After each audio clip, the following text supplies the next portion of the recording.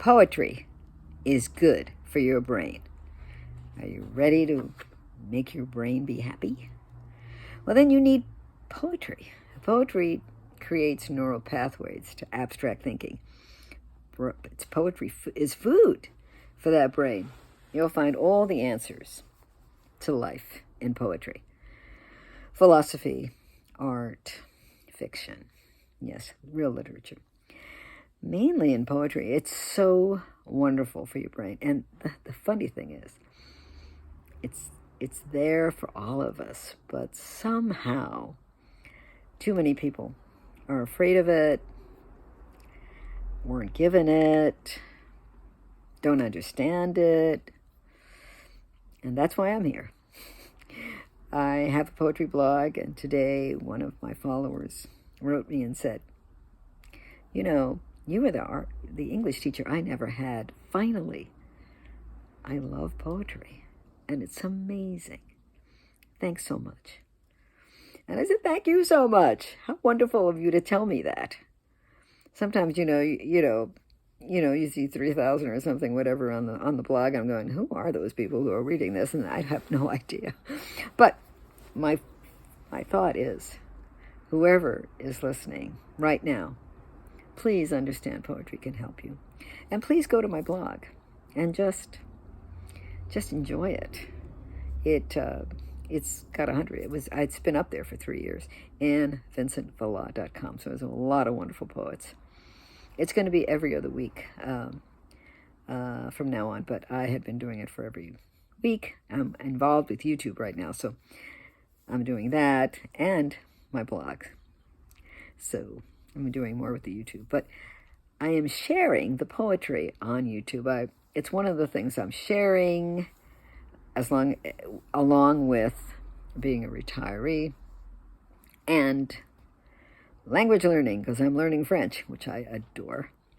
But the poetry, I realized when he said that to me today, I said, okay, I've got to do it on YouTube. And today's poet that I'm sharing is Robert Frost. Robert Frost, most people know who he is. They say, oh yeah, I know him. I remember him. I had him. Okay, most Americans remember Robert Frost, especially Two Roads Diverged into a Wood. That is his most famous poem. He's an interesting poet. He is very American. He was born in San Francisco, but he ended up living in New England. He was a farmer, but he loved poetry. He always went to poetry, and I'll explain why later. But in the beginning, he was just writing poetry, and he had sent some out. Didn't have much success in America, so he said, you know what, I'm going to go to England.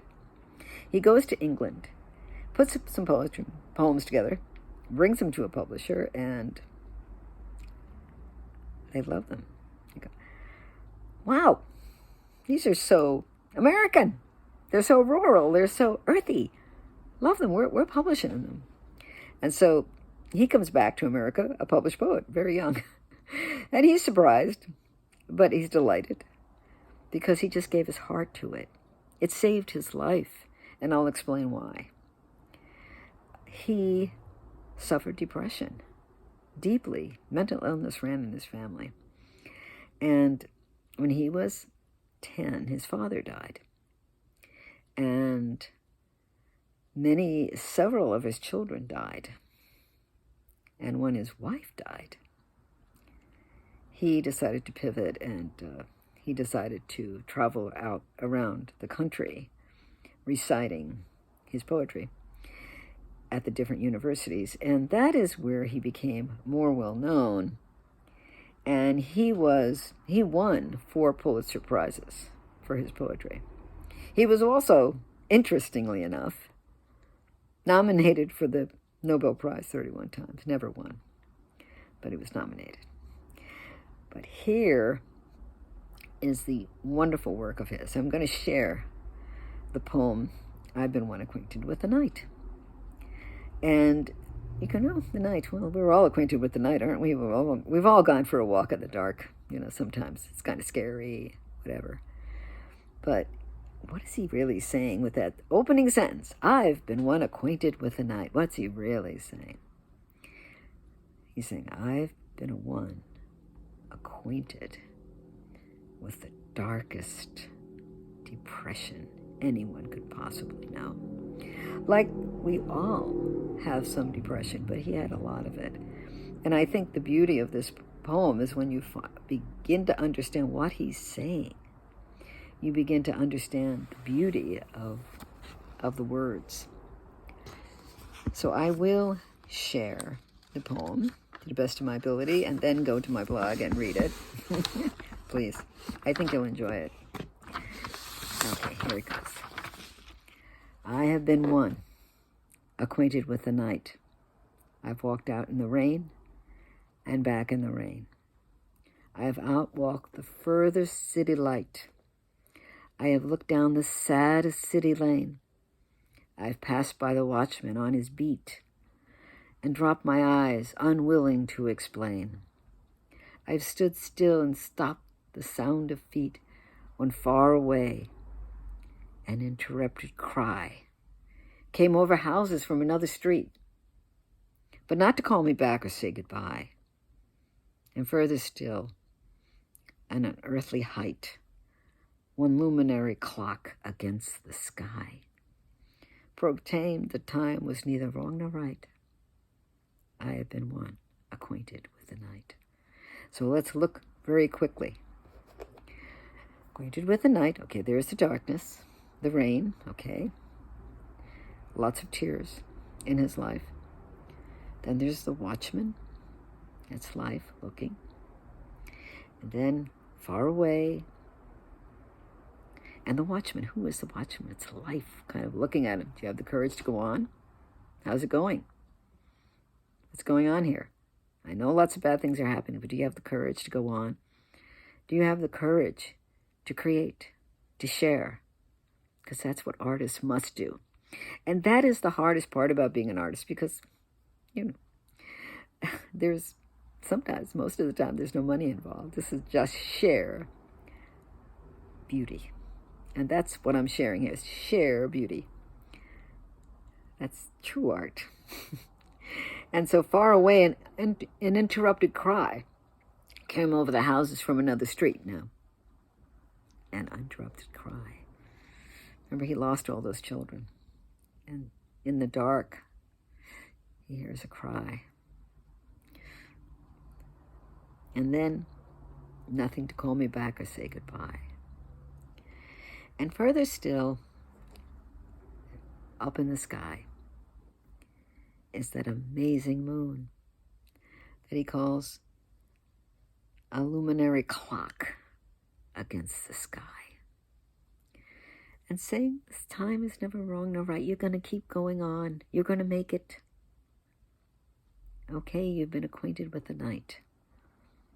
But just go on. I see the hope. I see the moon as hopeful. And he did go on. He did go on, and he had a lot of fame, but he had so much grief in his life. And so it is, even though this poem looks very simple, oh, the night, oh, yeah, what's that about? We all know depression.